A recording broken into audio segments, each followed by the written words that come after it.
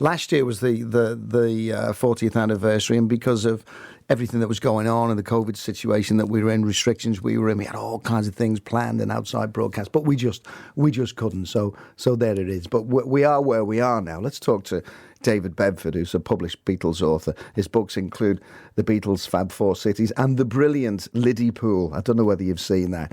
It's a work of art. Dave's with us now. Hi, Dave. Good to talk to you. Yeah, good to talk to you again. How are you? Yeah, good, thanks. Hope you are too. It rattles round, doesn't it? The 8th of December, a day that resonates with you. I think we're roughly the same age, 15, when John Lennon was shot. And because of the time difference, I heard it on the radio that morning. I think I was listening to Norman Thomas, who was a breakfast show presenter at the time, and they were playing all the Beatle music and all the John Lennon songs, and of course, we then knew what had happened. Well, do you know what? Exactly the same thing. I had the alarm clock radio to get me up for school. And normally it would click in with the Radio Merseyside jingle. You get the news headlines and then into Norman Thomas. And I remember that morning, the click of the clock radio. There was no jingle. And all I heard was, John Lennon is dead. And that's what I woke up to. And listening just that bit of broadcast you had just before, how it was recorded, that brought it all back amazingly. So, and you say, one of those strange things, 15, I sort of remember thinking, at least he was 40. Exactly that. Exactly that. Quite a good age. I thought exactly the same thing. I went, oh, that's terrible, that. But he was 40. That's quite old, isn't it, really? So not a bad innings was the kind of thing. But it's the kind of thing a 15-year-old would say, Dave, isn't it? Well, exactly. And I remember hitting 40 with my 3 young children and realising 40 is no age at all. Yeah, exactly. And it really sort of, it hits you. But yeah, at 15, you got no concept of the expanse of life. And the outpouring in the city as well. I'll admit to you, I wasn't really into the Beatles at 15. But from that day, I got into it. And you know the way you go through your teenage years, you have a music obsession. You become obsessed. And I became obsessed with the whole Beatle thing, from Please Please Me right the way through to Let It Be. I wanted to know all about McCartney and Lennon and Harrison and Starr and what they did and where they were from. Almost, to the point that was all I listened to for probably about 4 or 5 years afterwards. Well, I'd already got into them. Growing up in the Dingle and going to St Silas where Ringo went, you sort of had a bit of that history knocking around anyway. Yeah. And when I started playing guitar a couple of years earlier than this, the first book I got was The Beatles Complete, which I've still got. The words were wrong, the chords were wrong, I scribbled all over it. But so I was learning the Beatles songs that way, so I was really getting into the music.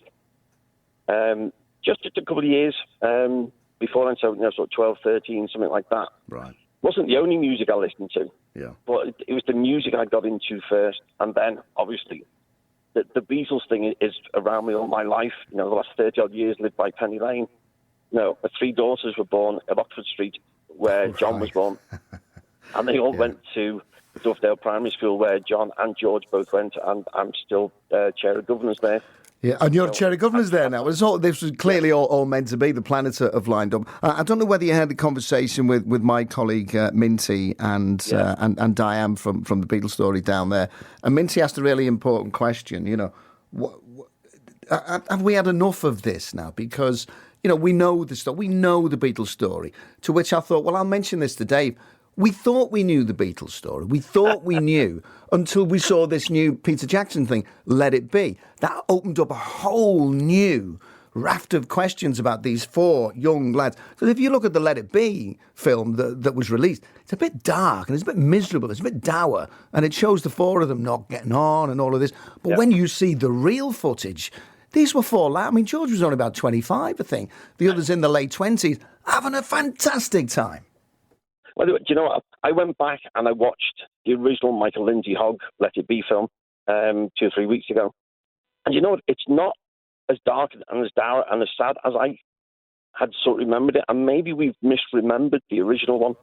Because I watched it and I thought, they still got that thing with George and Paul, where George eventually walks out. Yeah. But you got little glimpses of them having fun. But Peter Jackson's Get Back, I mean, honestly, it is magnificent. And I've got a real new appreciation for the songwriting.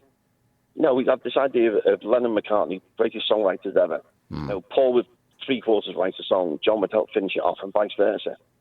But no, what you see is, for example, with Get Back, Paul just thumping on his bass, and this melody coming out of it, and you follow the whole trajectory of that song, start to finish.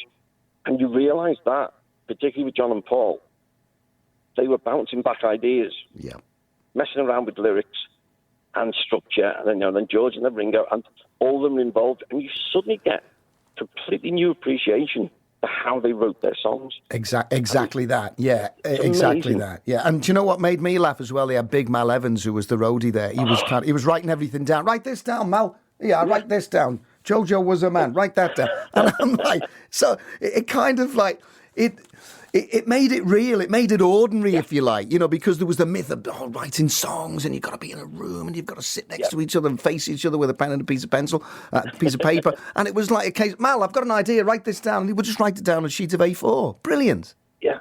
And the amount of sheets of paper that would have been thrown away. Yeah, exactly. I mean, thankfully, a lot of them have been kept. And with Paul McCartney's latest books on the lyrics, there's lots of the originals that are in there. Exactly that. And I got a new appreciation also for John as a guitar player. Because we often talk about, you know, Paul being a genius musician, can play a bit of everything. You know, takes the bass playing to a whole new level. George, this great lead guitarist. Ringo, one of the greatest drummers ever. And we never really concentrate on John as a rhythm guitarist. And you then just study and you watch what he's doing, like with Dig a Pony. That riff that he plays over and over again, regular, perfect. And I got a new appreciation for John's musical skill. I think, I think refreshing. There's a lot of people who would say the same. Listen, Dave, we're almost out of time, but I just wanted to touch on Happy Christmas, War is Over, John and Yoko. It was a message of peace, wasn't it? They hired billboards in New York. I don't know whether they did it all around the world.